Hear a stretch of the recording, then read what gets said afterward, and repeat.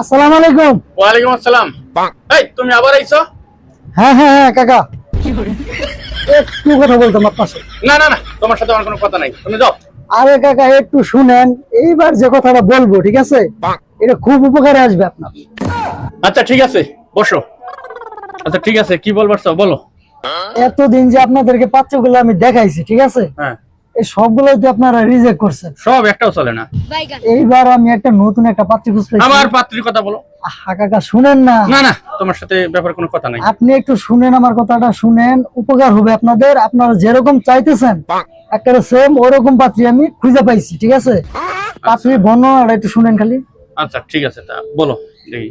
পাত্রী মনে করেন গিয়া 5 ওয়াক্ত নামাজি, আর তাছাড়া দেখা গেছে বয়স অল্পই 6-7 এ পড়ে।